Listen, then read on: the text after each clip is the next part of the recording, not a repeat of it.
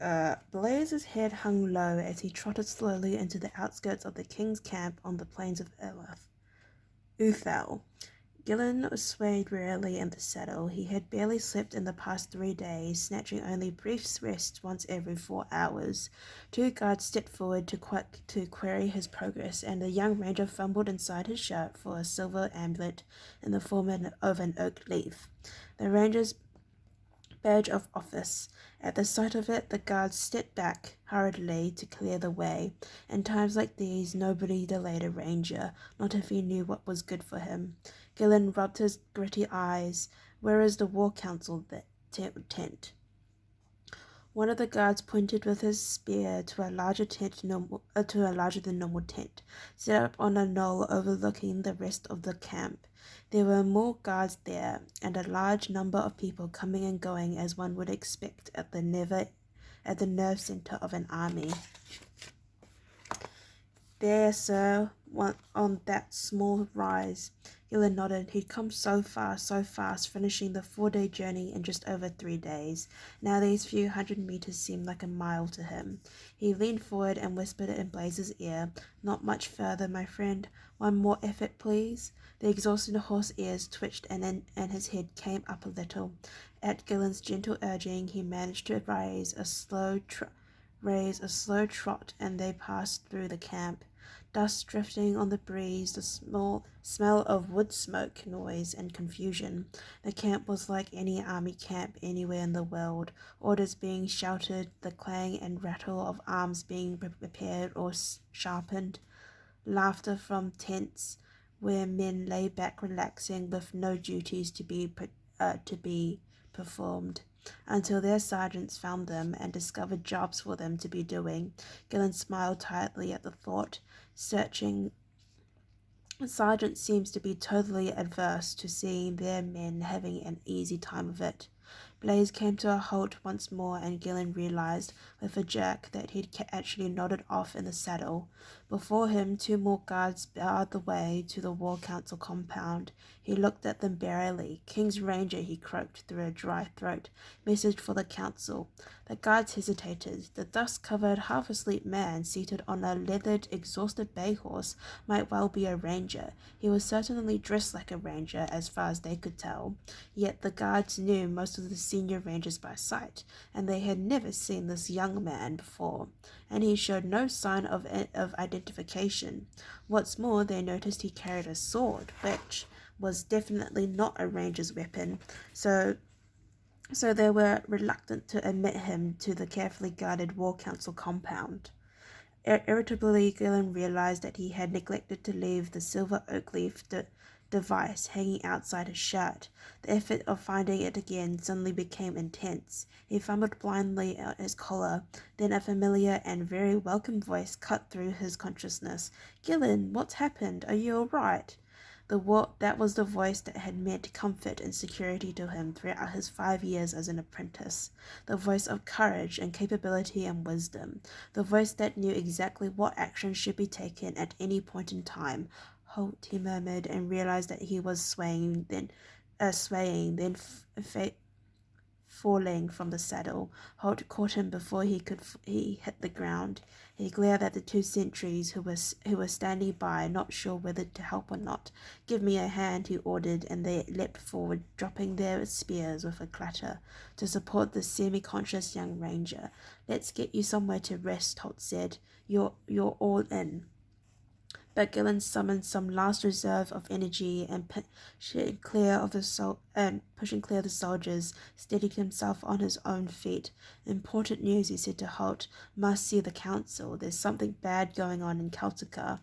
Holt felt a cold hand of premonition clutch at his heart.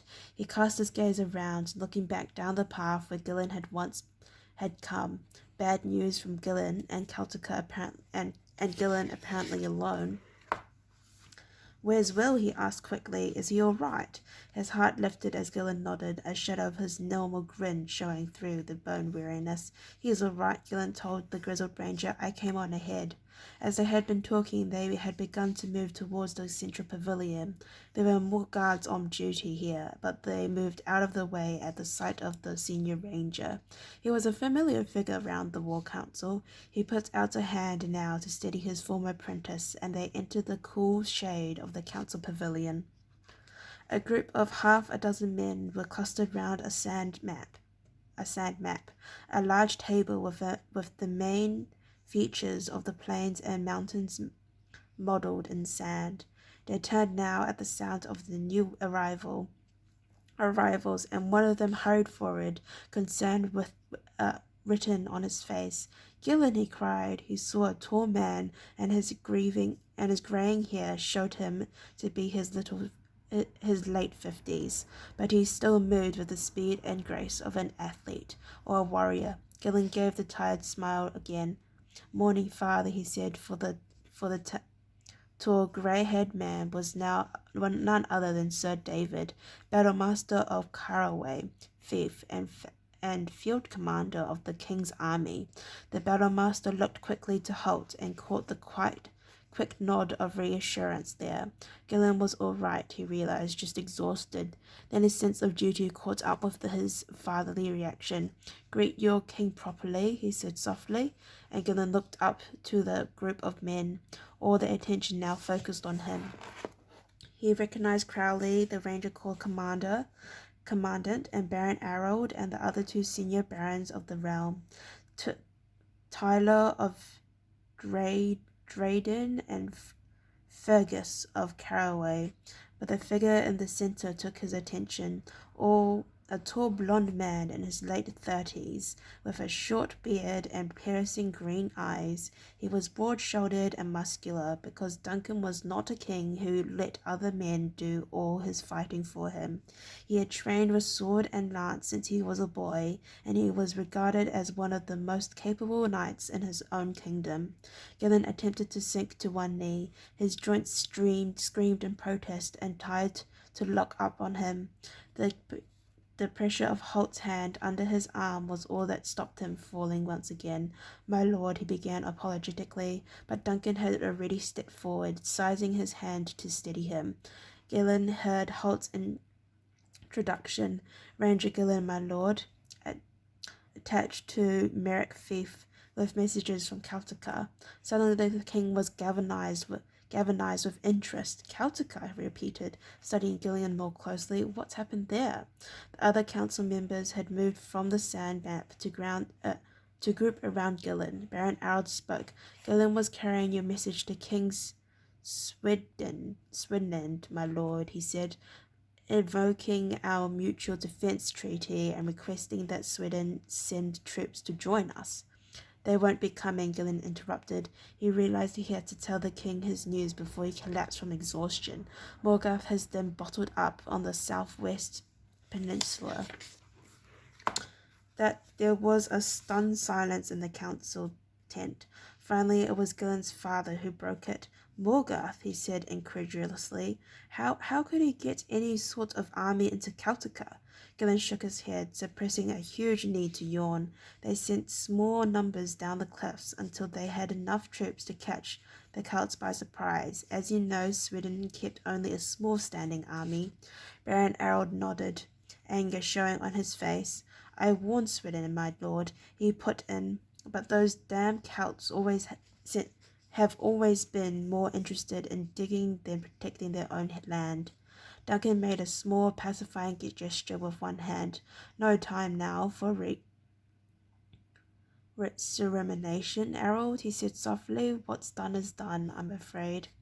I should imagine Morgoth has been watching them for years, waiting for the greed to overcome their good sense," Baron Tyler said bitterly. The other men nodded quietly. Morgoth's ability to maintain a network of spies was all too well known to them. "So Celtica has been defeated by Morgoth. Is this what you're telling us?" Duncan asked. This time, as Gillen shook his head, there was relieved glances around the tent. The Celts are holding out in the southwest, my lord. They are not defeated yet, but the strange business of it all is that Wargle's raiding parties have been carrying off the Celt miners. What? This time it was Crowley who interrupted. What earthly use has Morka for miners? Gillen shrugged in reply. I've no idea, sir, he told his chief, but I thought I'd better get here with the news of it as soon as possible. You saw this happening then, Gillen?